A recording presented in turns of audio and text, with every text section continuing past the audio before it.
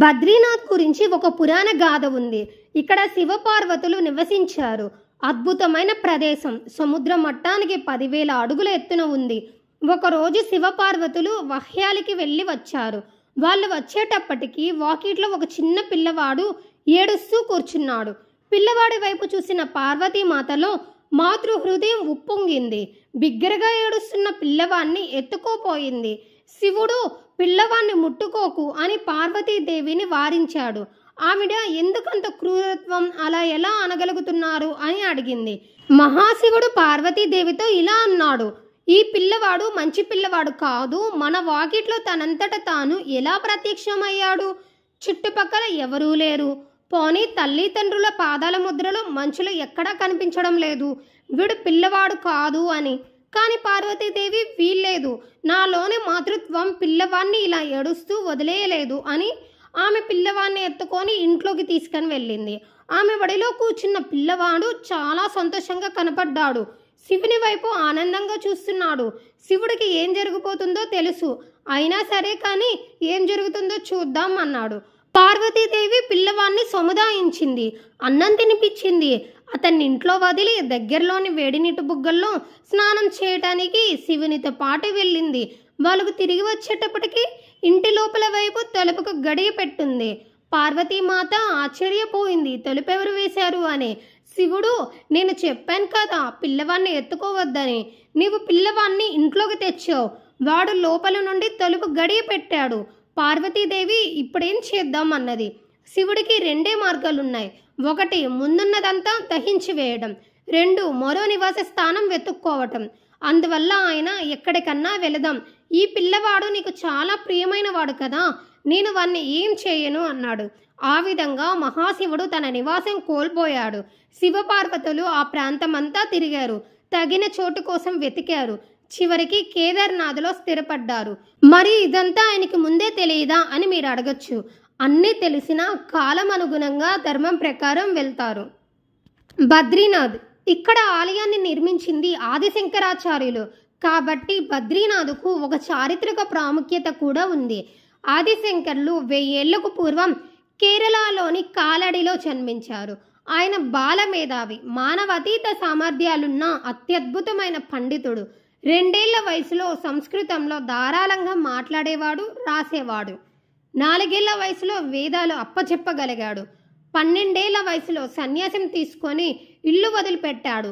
అంత చిన్న వయసులో కూడా శిష్యుల్ని సంపాదించి ఆధ్యాత్మిక శాస్త్రాన్ని పునఃస్థాపించడానికి దేశమంతా పర్యటించడం ప్రారంభించాడు. ఆదిశంకరులకు మార్గదర్శకుడు గౌడపాదులు. ఆయన మార్గదర్శకంలో శంకరులు సాటిలేని కృషి సాగించారు. గౌడపాదులు కూడా మన సంప్రదాయంలో భాగం. ఆయన అసమానమైన గురువు. కానీ ఆయన బోధనలు ఎప్పుడూ ఎవరూ రాయలేదు. తన బోధనలను ఎవరూ రాయకుండా ఆయన జాగ్రత్త తీసుకున్నారు. వేలాది మందికి ఆయన బోధించి ఉంటాడు. కానీ ఆయన 15-20 మందిని ప్రధాన శిష్యులుగా తయారు చేశాడు. ఈ గొప్ప వ్యక్తులు దేశంలో ఆధ్యాత్మిక శాస్త్రాన్ని పునఃస్థాపించారు. వాళ్ళు కొత్త మతాన్ని స్థాపించలేదు. అనేక విధాలుగా కృషి ఉద్దేశం కూడా అదే.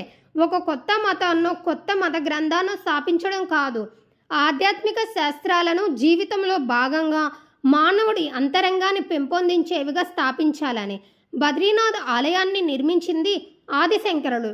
ఆయన అక్కడ తన సొంత ఊరి మనుషుల్ని పూజారులుగా ఏర్పరిచారు.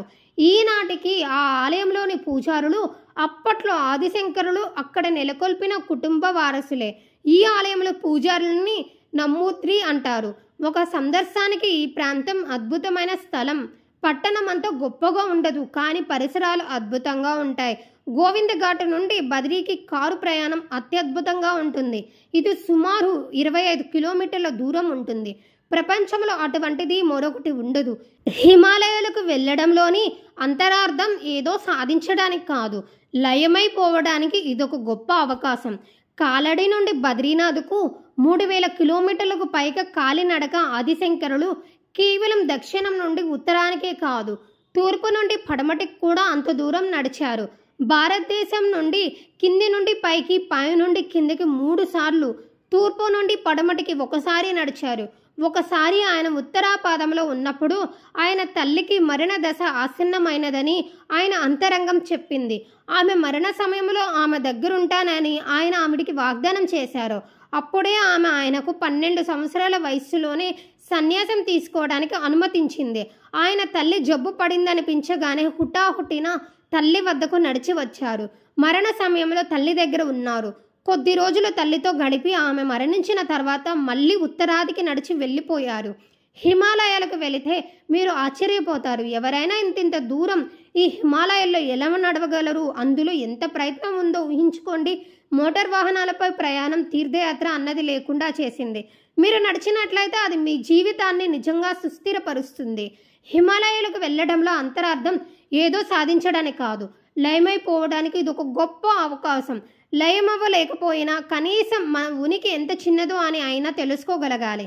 వేలాది సంవత్సరాల క్రితం రోడ్లు, కార్లు, బస్సులు లేని కాలంలో, ఈ పర్వతాల మొదలు చివర తెలుసుకోవటానికి మ్యాప్లు కూడా లేని కాలంలో ప్రజలు ఈ పర్వతాల్లో ప్రయాణించారంటే మీరు నమ్మగలరా? కేవలం నడుస్తూ వెళ్ళడమే. మీరు యోగ మార్గంలో నడవదలుచుకుంటే ఇలా ఉండగలగాలి. అంతం ఎక్కడో తెలియదు, నడుస్తూ పోండి. అది ఎక్కడ ఆరంభమవుతుందో ఎక్కడ అంతమవుతుందో నాకు అవసరం లేదు. నేను అక్కడికి చేరే వరకు నడుస్తాను, నడుస్తూనే ఉంటాను. మనిషిలో ఇటువంటి వైఖరి, శక్తి లేకపోయినట్లయితే ఆధ్యాత్మిక మార్గంలో నడవడం అసాధ్యం.